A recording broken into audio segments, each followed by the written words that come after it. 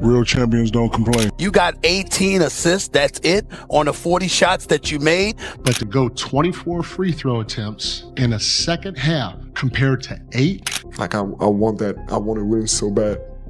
It's like my life. 18 assists. That's it, on 40 made shots. But to go 24 free throw attempts in a single half compared to just 8. The tension in this series has officially boiled over. When you want to win this bad, it feels like your entire life depends on it. Doing it. That ain't no dirty play. Get your little ass out the way. No, you don't. I'm not winning by tactics, Ernie. I'm busting your ass. Thank you, Wemby. Go out there doing yes, you that. can. He did it. He did it. Jalen, what happened between you and Victor in the first quarter, and did their level of physicality bother you? No. To answer your second question. And whatever you saw is what you saw. Now, we didn't play good. We could have played better. There were a lot of things that we didn't do that we did in game 1 and game 2. But to go 24 free throw attempts in a second half compared to 8, I never thought I'd see that in The conversation around Victor Wembanyama has completely changed over the last few games. And even some of the biggest names in basketball can't seem to agree on what exactly they're watching. On one side, you've got analysts praising Wemby for completely taking over this series. On the other, critics argue he's still learning the hard, painful lessons that every future superstar must endure. Either way, one thing is becoming impossible to ignore. This finals series suddenly feels like the exact moment Victor Wembanyama officially arrived on the grandest stage.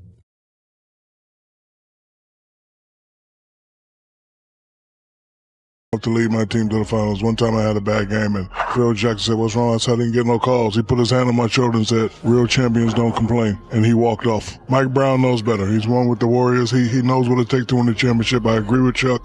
You didn't play well. You should have played better at home. Everybody's expecting, the blowout, and we're here in New York. Everybody's celebrating. He should have stopped with we didn't play well. Did you make a prediction at halftime? I thought the Spurs were gonna lose. That's right. Give me them damn keys to that house today. I told you tonight, this series is a wrap. Think it's a wrap. Oh, hell yeah. You're down 5 going into halftime. Down 5. Down 6. Down 7. Down 7. Down 7. Oh, you think it's over? I think it's over. Wow. I'll put my house against your little house. Shaq don't have a little house. Well, my house bigger than yours. Okay. Usually when we talk about realty, it's a 10-day close, and I want your ass out tomorrow. Get out of my house. I'll tell you what, I'm such a good dude, you can stay in my guest house. Oh, that was the guest house. Okay. The drama really exploded after Game 3. One of the biggest talking points wasn't even about the scoring clinic. It was about pure, unadulterated physicality. After a highly controversial play involving Jalen Brunson, the debate instantly split the basketball world down the middle. When it's all said and done. But the reason I picked the Knicks, the issue that I have with the Spurs is that everybody's young. Your best players are 22, 21, 20, and even your coach is young. He's like 38. That ain't Greg Popovich. Mitch Johnson's got to learn. And so I look at guys like Kobe Bryant. Young phenom, people are excited about him. He's in the playoffs against the Utah Jazz. What does he do? Shoots a bunch of air balls. He had to have his moment. I look at a young Shaq, toast of the town, new fun thing in the league. He's got all the commercials. He got platinum albums. Finally goes up against Hakeem and the Rockets in the finals. They get swept. And he gets schooled by Hakeem, and he realizes you still got work to do, young fella. I look at, of course, LeBron, 22 years old, just like Wemby, gets to the finals versus the who? The Spurs, gets swept. Tim Duncan and them show him how you do it and show him what an expert and veteran team looks like. And I look at the Spurs and I say, if it were just Wemby was the 22-year-old, but they had an older Tim Duncan or a Ginobili or even a Kawhi, then I'd feel much more comfortable. But the fact that he is the eldest of the better players is a problem. And the guys who won young, Magic had vets, Jamal Wilkes, Storm and Norman, and that's my challenge with the Spurs. It's not that they're not good, not that they're not very good, but they hadn't gone through the lessons. They hadn't gone through those turnovers and bad moments like he had in Game 2. You kind of got to go through that to get there. Michael Jordan was incredible in the postseason, but he wasn't winning anything because he had to go through it. He scores 60-something against the Celtics, still lose. This is why, to me, the Spurs are just early. It's not that they're bad. Before we go any deeper into how the Spurs turned this around, if you're enjoying this breakdown, drop a like and subscribe to the channel. It may seem small, but it makes a huge difference for us. Now, back to the court. In Shaq's mind, if you're the stronger, bigger player, you make your opponents feel that pressure on every single possession. But others completely disagreed. arguing there's a distinct line between playing hard and playing dirty. That argument alone showed just how intense and psychological this series has become. But while everyone was arguing about one single whistle, something much bigger was happening to the Spurs offense. Victor Wembanyama completely changed his approach. For weeks, critics had been begging him to stop settling for difficult perimeter jump shots and start attacking the paint. He's been completely invisible. He was not involved hardly at all today. Yeah. I know he ended up with 10 shots, but he was not, to your point, in the mix in the game. And what did Victor do? Dunk. He's dunking the ball. Layup. Was in the paint. As you say, this dude had 3 dunks in the first 3 minutes. And then there was one that was a driving layup after that in the first quarter where he had to look at a 3, and he said, nope, I'm attacking. Yes. The Victor comes out and is looking like he's in cement, and he's jacking up jumpers. Yeah. The game is going to go. The Spurs have gotten ahead in every game. They've done it for, seems like, the last 2 months. But that aggression from him, that's what they need, and that's what the Knicks need from Karl Towns, and it was just non-existent in this game. Championship DNA isn't built overnight. It's forged through frustration. Legendary players often recount the moment they realized what it truly took to win. An old story goes that after a tough loss, legendary coach Phil Jackson once placed his hand on a superstar's shoulder and simply said, "Real champions don't complain before walking off." That's the baseline. You didn't play well. You should have played better at home. While everyone was expecting a blowout in New York, the tactical script flipped. Instead of settling on the perimeter, Wembanyama attacked the basket, finished strong inside, and immediately put immense pressure on New York's defense. The difference was night and day. Antonio Spurs all the credit in the world. They're a young team. They recognize that, nobody in 164 tries have come back from an 0-3 deficit in a best-of-7 series.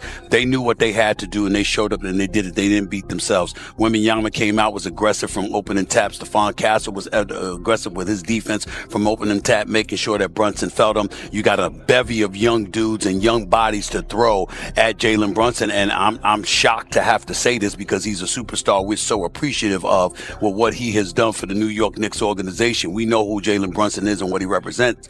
But tonight, it looked like he was playing to be an MVP rather than playing to win Game 3. 25 shots in the time that he played. Karl Anthony Towns only gets 10 attempts, 4 in the second half. How does that happen? You've attempted 81 shots. You're shooting about 34% from the field, about 24% from three-point range. Why in God's name would you continue to shoot when you got cats around you who are capable of making shots, not to mention the fact that that's what got you here. It wasn't the way that you were playing for 75% of the season. You got 18 assists, that's it, on the 40 shots that you made. That's not something that we are accustomed to seeing the New York Knicks do with this 13-game playoff winning streak that just came to an end tonight. But they were out of character from what we grew accustomed to seeing them be over the last 13 games or so, and that's why they're only up 2-1 now instead of 3-0. I have the utmost confidence right now if I'm the Spurs going into Game 4, knowing that I've been in every single ball game and we blew it. They didn't win, we lost. Is how I'm thinking about if I'm the Spurs. I'm disagreeing. 3 straight games, they've blown double-digit leads, but they're up 13 and then one turnover with tie game. Like I feel good about. I feel like I'm a better team. You're up 13. So you're up 13. And you get it back down to a one-possession game again, and you feel like you're the better team? I don't understand the logic. You got to break that down. If I'm on the Spurs, first of all, my body of work, my season, I've had I'm talent, depth, everything across the board. I think the Spurs are let's better start team. at the finals. Let's start at the finals. Right. All that is out the window. All that's out the window. I am just saying I have played well enough in the first 2 games that we lost to have won the game, especially that Game 1. If they took their foot off the gas, and again, we talk about the inexperience and all this stuff that maybe have caused that.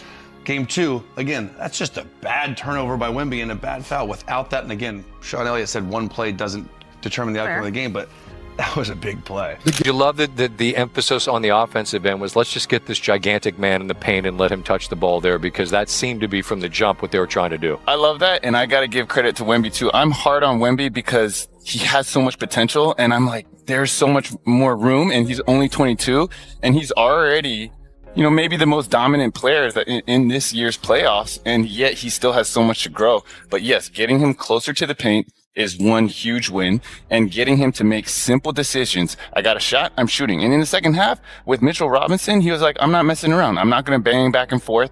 I have this advantage. I'm going to shoot it. And if you do happen to press up enough, then I will be able to go by you. But I'm not going to just try to force the issue. So he did make some developments definitely in game 3. But not everyone believes this is the Spurs' time just yet. Several prominent analysts have pointed out a glaring reality. Victor Wembanyama is still only 22 years old. Stephen Castle is 21. Dylan Harper is just 20. That is an incredibly young, inexperienced core, trying to win the biggest games in basketball history. And historically, history isn't exactly on their side. Consider the icons who came before them. Kobe Bryant had painful playoff moments early in his career, famously throwing up a bunch of airballs against the Utah Jazz. Shaquille O'Neal was the toast of the town with platinum albums and commercials, but got swept in the finals by Hakeem Olajuwon and the veteran Rockets. LeBron James reached the finals at just 22 years old, the exact same age as Wemby, only to get ruthlessly swept by a veteran San Antonio Spurs team. Every great player seems to have to go through those agonizing lessons before finally reaching the top. That's why critics believe San Antonio's biggest problem right now isn't a lack of talent. It's a lack of experience. They are fighting history. Last 2 minutes, I believe the Knicks cut the lead to 4 points. What happened from there? What would you say was the play that kind of shifted things? That Steph Castle 3-ball, I think. I knew he was going to say that. I think in moments we got stops. We needed what we did. We had to do, but stalled out on offense, and we needed a big shot. And I feel like he delivered. There's a lot of times we go up 5, 6, and then we kind of let them creep back in and let them take a lead. But at the end of the day, it was just togetherness, and I feel like today that was the most we've ever been together this whole playoff. Towards the final 2 minutes of Game 3, the Knicks cut the lead down to just 4 points. The momentum was slipping away from San Antonio. But then, the definitive play of the game happened. A cold-blooded Stephen Castle 3-pointer that completely silenced the New York crowd. In moments of extreme pressure, the young Spurs didn't fracture. They found a level of togetherness they hadn't shown all postseason. So, what are we truly watching right now? Are we witnessing the necessary growing pains of a future dynasty? Or are we watching the exact moment Victor Wembanyama and the Spurs announced to the world that their future has arrived much sooner than anyone expected? Let me know your thoughts in the comments below. Is this series going the distance? Don't forget to like and subscribe, and we'll see you in the next VIDE.